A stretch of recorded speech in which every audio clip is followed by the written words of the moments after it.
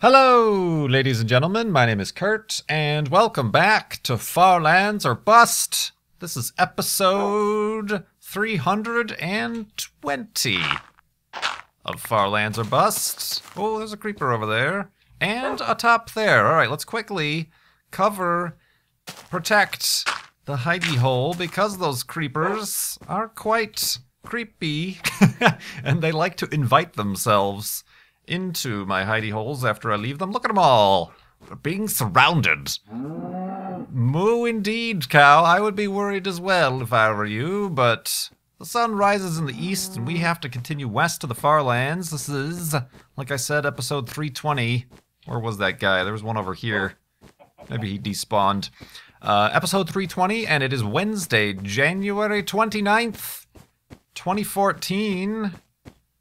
We're continuing to raise money for Child's Play charity. I updated the website, farlandsbust.com, to hopefully give a little bit more of an explanation as to the fact that we have raised the goal for this season, Season 4 of Far Lands or Bust, but we're continuing to raise money, and the finale live stream is due to take place on March 1st. Which is a Saturday, a little bit over a month from now. So we're at $169,278.42 raised this season, and I'm hoping with all the new followers and Farlanders, as you're known, Farlanders that we have, that perhaps you might be so generous as to continue raising money for Child's Play charity. They help get toys, books, games, and other things to kids in hospitals around the world. It's a great cause to get behind. You can learn more about them at childsplaycharity.org. Indeed, indeed. And another thing that I forgot to kind of mention, I get this every single episode, and there is in the FAQs on the website, I believe. Maybe I should check that. And if there isn't, I will add a question and answer as to why. Ooh, look at all these pumpkins. I was trying, what's a word for like a group that starts with a P? Protuberance of pumpkins. That's not a word at all. Why the world...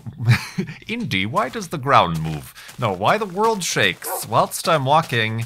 Especially, I'm walking west along one axis of movement here. Not that noticeable, but when I'm walking across another axis, or both axes together, you get this jitteriness, specifically noticeable at close range. And that's simply because we are so far from the 0-0. Minecraft sets your position, your world position, your player position, relative to the world based on 3 coordinates, X, Y, Z. And when those numbers get large enough, the accuracy of my placement and entities placement on the world around them gets less and less precise. So like Wolfie is not a block, like that. It's not part of the world. So, as you can see, Wolfie doesn't jitter, but the world underneath him does. It's also very visible if you look at the block selection, that little black single pixel line that surrounds whatever block you have selected in Minecraft. That is offset by the amount that the world doesn't know where I am in relation to the world, as opposed to a torch. The flames on a torch is an entity and not a block. So the flames are kind of jittery against the background. Same with signs. What else? Signs, torches, mobs like Wolfie. There's a few other things. I believe if I shoot an arrow, the arrow. Oh, I picked it back up. Well, that's hard to show because I pick up the arrow, but you get my point. So that's why it shakes. It's not lag. It's not anything to do with the power of my computer or frame rate or anything. I'm getting a steady recording at 60 frames a second. When I'm not recording, I get 100, 200 frames a second or whatever Minecraft gives me. I could have the most powerful computer in the world. It's just the basic math that goes into the positional rounding of my player versus the world around me. It's kind of, whoa! If you were to look at the coordinates, press F3, you will notice that there's a decimal place. This even happens in current versions of the game. We're playing in beta 173, but there's a decimal point. You know, if you're around your home base, your spawn area, you're probably like in, say, you're positive 200, negative 200. There's a decimal point and all these numbers, these integers, if you will, that take place after the decimal point. As you get into the thousands, the 10,000s, and as I am, the 100 or perhaps millions, that decimal point moves over, but there's no more additional integers added to that number. So you can see that if you know your fractions, the fraction of a block gets less and less precise. And that's the reason we're jittering here, because it's rounding as to where we're located on these specific blocks. That, I've been told, I should be an expert on this by now, but that, I've been told, is something different than floating point. Floating point is more a little bit more specific and complicated than that. I believe that's just a rounding positional. I don't even want to call it an error. It doesn't seem like an error. It's just the math that causes the jitteriness and the block selection off placement. And that was actually, we noticed the block selection box being offset even way back in the first or second season of Far Lands or Bust during the first Flobathon. That was back in November of 2011. Watch out for this cacti, Wolfie. Cacti! Let's continue on. The first Flobathon, I was on, I think it was Ant Venom who was on the line, who was a guest during that Flobathon, and he noticed that it was much more slight than it is now. You know, you can see it's way off. It's about a pixel of the texture off.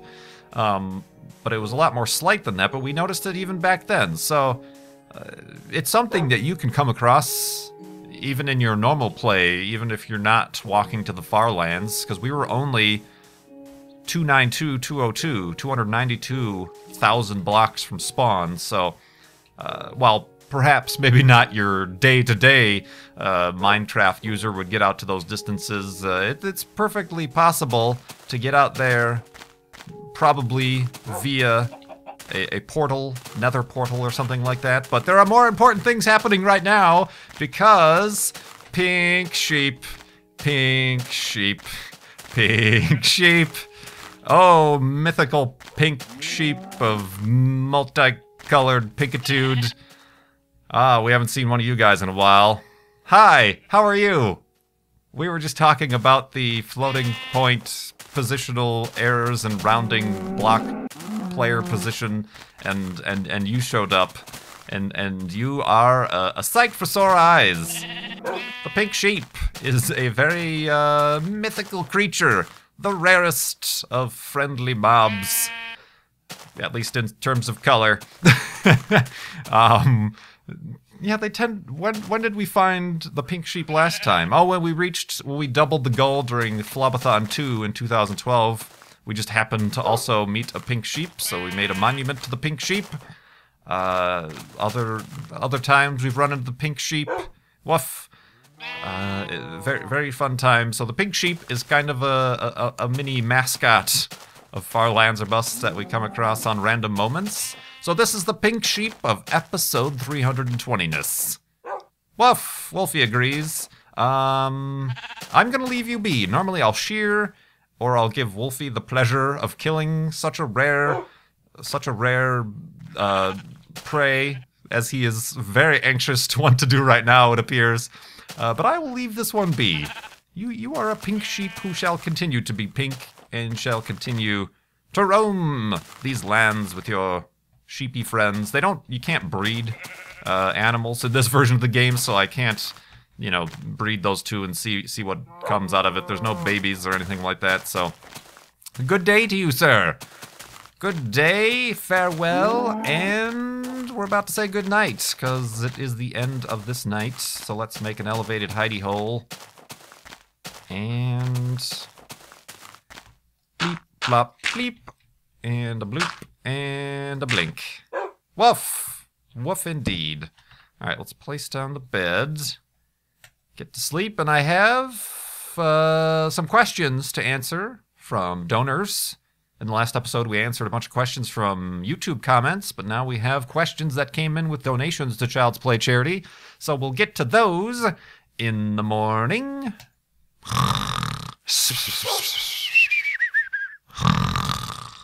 And a pink sheepness. Is that him off in the distance? No, I think he's kind of out of the draw distance range, but regardless, let's keep on going. And I have a question. Yesterday I uploaded, and I appreciate all the likes and comments and support for the Space Engine episode video I uploaded yesterday talking about the supernova and series and just the general updates to Space Engine. But I have a very timely question from a donor, Padankadank.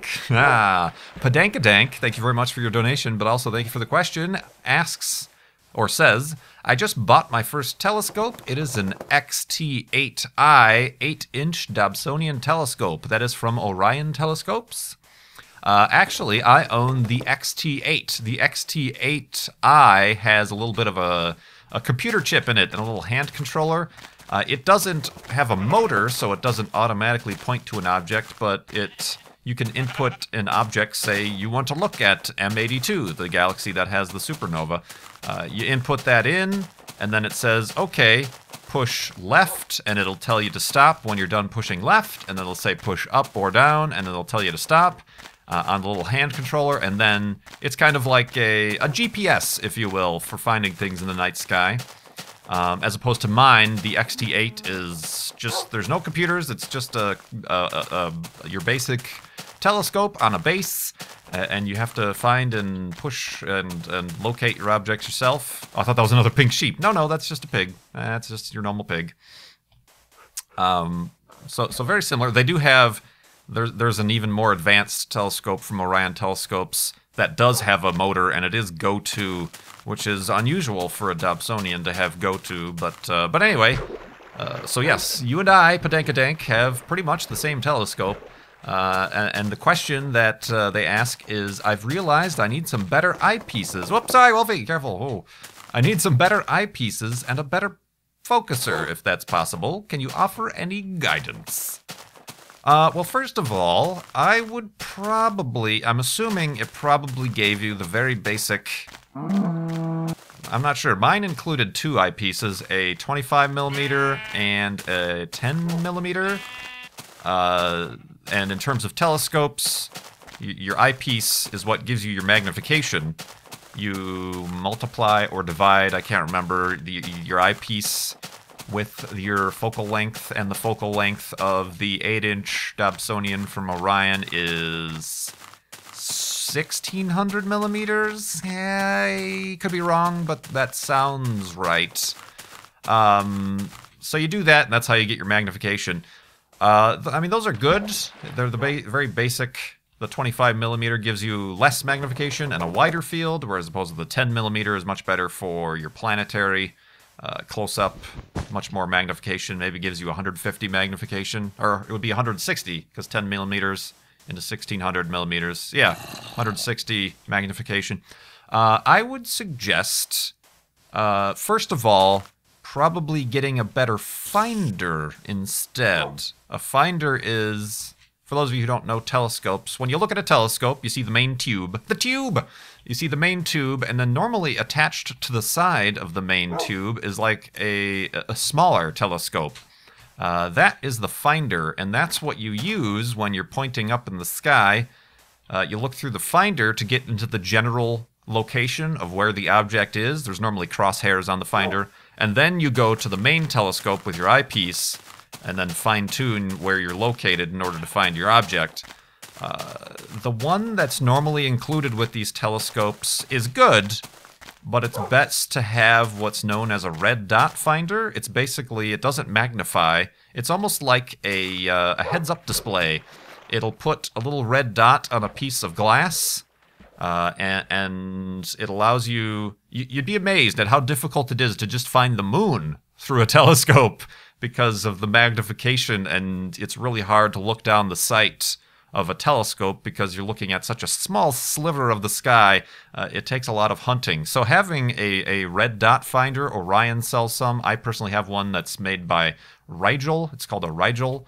And those attach very easily to the side of your telescope. You can have both. You can have the Rigel, the red dot finder for your very basic pointing, and then you go to the slightly closer. It's normally like a 20 by 10, almost binocular strength finder that comes with the telescope. Is that the right 20 by 10 or 10 by 20 or something? It only magnifies like 10 times or 5 times. You go there to get even fine-tune pointing, and then you go to your eyepiece. So that is a piece of equipment that you shouldn't overlook before you start spending money on additional eyepieces. But generally, you want to ask yourself in terms of eyepieces what you're most interested in looking at, and also what your skies, in terms of your light pollution and darkness, what your skies have to offer. If you're in a city and you're not planning on ever going to a dark site, then it's probably most possible that you'll be most interested in looking at planets, the bright things, things like that. So you'll want to look at an eyepiece with more magnification. If you are planning, or you live somewhere out in the middle of Arizona or something, and you have dark skies, and you can see those really faint galaxies and nebula and wispy things that those of us near cities only can dream of, then probably a more wide angle, less magnification, because the less magnification you have is better for dim objects, because the more magnification, the dimmer an object becomes, if that makes any sense to your eye. And it's, you're not going to look at a distant galaxy at 300 times magnification, because it's going to fill the entire screen and you're not going to be able to see it. It's going to be too dim. As opposed to looking at a planet at 300 times magnification, you want to be able to... Careful, Wolfie! You want to be able to pull out all the details and the rings of Saturn and whatnot, so keep that in mind. What am I trying to do? Feed Wolfie. But for me, my favorite eyepiece for the 8-inch Dobsonian is a 17 millimeter. So right in between that 10 and 25 millimeter. A 17 millimeter, the brand I have is Batter Hyperion is the name. It's a wide field eyepiece. They're not cheap. It's about $100. The telescope is about $300. The eyepiece is about $100, maybe a little bit more. 17, I almost kind of wish I got the 13 millimeter.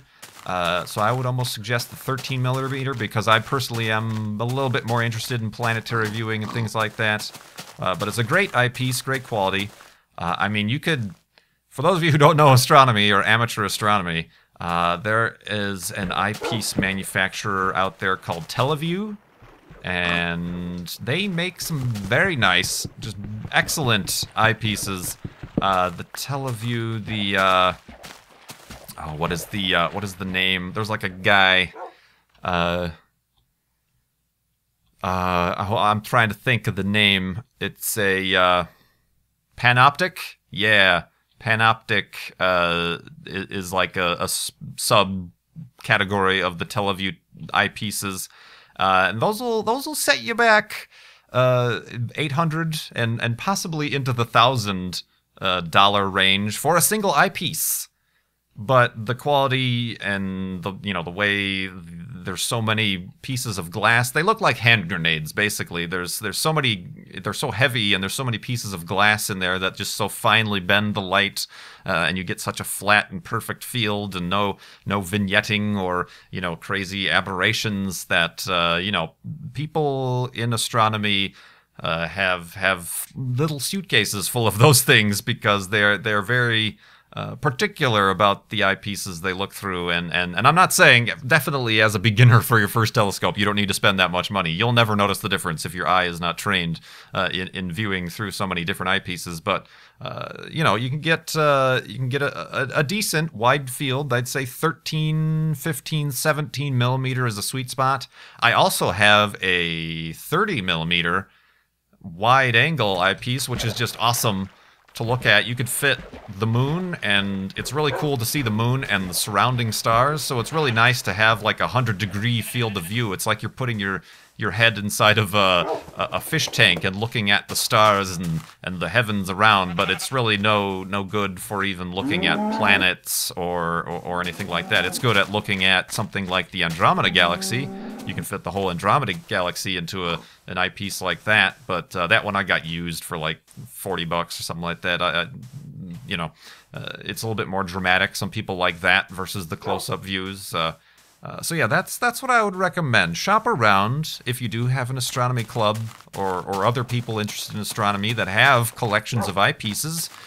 Ask to borrow their eyepieces when you're out observing in your telescope, and then you can compare. Oh, I do kind of like the closer up, the 13 millimeter versus the 20 millimeter, and that'll kind of help you make your decision. But yeah, eyepieces are definitely important. Your question about the focuser, I'm not sure which focuser comes with that one. I assume it's just the single speed Crayford focuser. If it's a rack and pinion focuser, then yeah, you definitely want to replace that. And Orion sells focusers. You would want to upgrade, if you're going to upgrade, to a 2-speed focuser, one that gives you kind of coarse focusing, and then there's a secondary knob that's much more fine-tuned to get your focus just right. But I would invest in eyepieces first, because you're never going to notice the difference with focus if your eyepieces are kind of the standard. Oh god, creepers are spawning, let's go to sleep.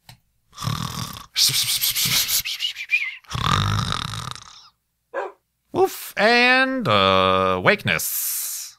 Creepersness. Sorry, that happens sometimes, where I am talking about a topic, and I forget that the sun is set, and I'm like, oh god, I gotta go to sleep. But yeah, I could talk a long time, as you heard, about astronomy and telescopes and things, despite the fact that I have not been very active lately in astronomy. I haven't. That telescope is... Hey, guy! How you doing? I'm gonna go this way, because this land over here looks quite interesting. So you say hi to Wolfie. Yep. Whoa, Wolfie gave him a little nudge. He's like, what are you doing? Stay away. You are no good. I'm gonna go this way. He's still following me. I believe... No, he's still following me. Hi! How are you? And now he's given up. It's like, oh, I just wanted to go for a swim. What was I saying? Yeah, I haven't been out observing. I would like to... It's been so cold. Good lord. I'd like to try to get out to see that supernova, although I feel like I would, being so close to a city, I would have to go to a dark site, and that takes some time commitment to drive a couple hours, and I really don't... You don't want to stay outside in negative 14 degrees Fahrenheit, despite the fact that I do own a very high-quality Arctic expedition parka for the sole reason of observing in the winter. I would like to try to see... I don't know that I've ever seen M82 through my telescope. It's a quite a dim galaxy, so it might be a little bit of a stretch for me, but that would be cool to see the supernova. I've never seen a supernova. It's just going to look like a star, but you can say, hey, that's a supernova. Those photons of light have traveled 12 million years just to be captured by my telescope and into my eyeball. So that's kind of a cool thing to think about, but maybe. We'll see. It's still kind of brightening, and will continue to brighten in the next couple weeks, as they normally last about 14-ish, 20 days maybe, depending... So we'll see. I'm not sure about that, but yeah, I haven't been very active in the astronomy. Been concentrating on the YouTubes and other such things here within the confines of my home and the familiarity of the computer. Wolfie, there you are. Hey, don't push me. Woof to yourself. Woof to yourself. So yeah, thanks for that question. Give me a lot to talk about there. From a very frequent donor to Child's Play charity and a longtime Farlander, Bergasms has a few questions. Making sure I don't run out of things to talk about. Bergasms asks first, Thoughts on the one-way mission to Mars? Do you think it will still get off the ground, literally and figuratively? I believe you're talking about Mars One, which is the company who wants to send people to Mars on a one-way trip and fund it via their plan is, anyway, to fund it via a reality show surrounding the choosing of and training and sending of these people to Mars. And it's very cool and good that is in the public eye. Certainly it's been reported on by many news agencies and whatnot. And it's very cool that we're to a point where people actually take that seriously and companies actually want to invest themselves in that goal. However, I do not think it will work. And there's already been news lately where spooky noises, where they've pushed back. They were originally saying they were going to have a lander, an exploratory lander on Mars by like 2016 or something like that. They've pushed that back simply because they don't have either the funds nor the lander or any of the technology put together. I mean, they basically are just a company that say, we want to do this, and they're taking applications, but, you know, they don't really have the resources yet to do that. I know they're depending on reality show income. I don't know of any reality show, even like Survivor at its height wasn't making the kind of money required to send humans to Mars. You know, we're talking about tens, if not hundreds of billions of dollars. I know, you know, the big thing a lot of people say is, oh, well, SpaceX and Lockheed have said, you know, they're on board. That's a little bit of an overstatement. What they've done is this company, Mars One, has sent, you know, basically letters of intent to say, hey, this is our plan. Would you guys be interested in being the suppliers for the spacecraft technology, etc., etc.? And the only thing that SpaceX and Lockheed and these companies have replied with are a simple letter that says, yeah, you know, we're available for this if you have the money and the you know, the plan. Sure, we can talk more. That is a far cry from saying that SpaceX has a spacecraft ready and is on board to send. You know, there's a lot more both business and just logistics to go through than just having a letter of intent. So I'm very skeptical, and I don't think it will get off the ground. Which is why I personally haven't applied. I think the only money they've gotten it's like $35 to apply, and they've gotten a good couple thousand, more than a couple thousand, I think tens of thousands of applications. So yeah, they have some cash flow there, but you know, I don't see where the rest of anything is coming from, both on the technology side and the funds and just the organizational side of things. So I don't know. I believe that perhaps the one-way mission idea is kind of the fastest way we would get humans on Mars. It's just a matter of I suppose, finding public support for that. There are a lot of ethical, obviously, quandaries related to that, especially if it was going to be, say, funded by a NASA mission or a government. That would be a lot more difficult to convince societies and governments to send a person on a one-way mission. It's kind of the NASA,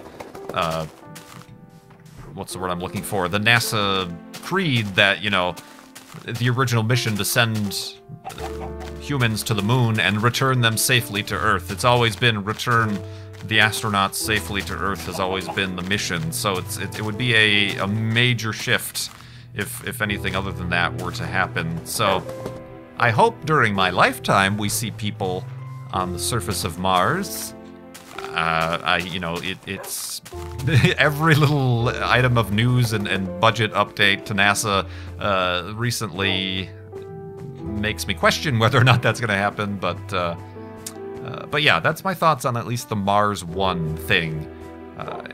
There have been other companies who have said this in the past, and nothing has come of it. So I'm thinking, while it's good publicity and it's good that people take it seriously, and that just means further down the line, if another company comes forward and says this, if a government comes forward and says this, if a consortium of governments, the more and more people start to accept these concepts, the more and more likely it's to be. But I do not think that this one is to be. Ooh, look at all these reeds. Sugar cane for days. Indeed. Bergasms has like 4 more questions. I can answer this short one really quick, and then we'll continue in the next episode with this and other questions I have. What coffee are you drinking? I am currently drinking Intelligentsia coffee. I'm not sure off the top of my head. I believe one is from... where is one from? One is from South America, and then one is from Uganda, I believe, is where another one is from. But both good. I got a little gift card for Christmas from my sister to Intelligentsia coffee, so I ordered right away. And I've had those since the beginning of the month. And they're starting to run out, so it might be starting time to think about reordering. And I'm still using the Hario pour over method. I kind of started with the French press. I had a Chemex brewer, but that broke. Those things are very fragile. So then I went to this Hario. It's kind of a separate thing. If you look it up, it's like $30, and then $10 for like 100 filters. $30 for the thing, and then $10 for the filters or so. It makes a very good cup of coffee. I don't know why I said that like a Italian person, but yeah, I would recommend that method if you're going for it. But yeah, still enjoying the coffee. Coffee. Indeed. So yeah, thank you everybody who donated. Like I said, I'll continue getting to your questions in the next episode. Thank you everybody who has found Far Lands or Bust via the various means of little publicity we've had lately, which is very exciting and overwhelming and frightening all at the same time. But I do appreciate whoever has found me via those means and had the wherewithal to stick around and see what this is all about. I do appreciate it.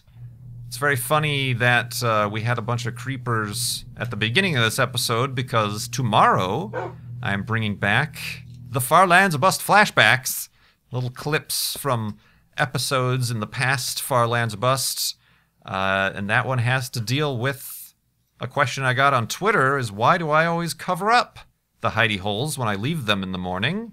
And tomorrow's Far Lands or Bust flashback is going to deal directly with why I do that from that point on, and it's a matter of safety, and you will see. So look forward to that tomorrow on my channel. Be sure to subscribe so you don't miss it, and future episodes of Far Lands or Bust. Let's make some torches, since we're running a little bit low. Very good. Indeed. FarlandsOrBust.com. Keep giving the Child's Play charity. Thank you so much for watching. My name is Kurt. I will see you next time.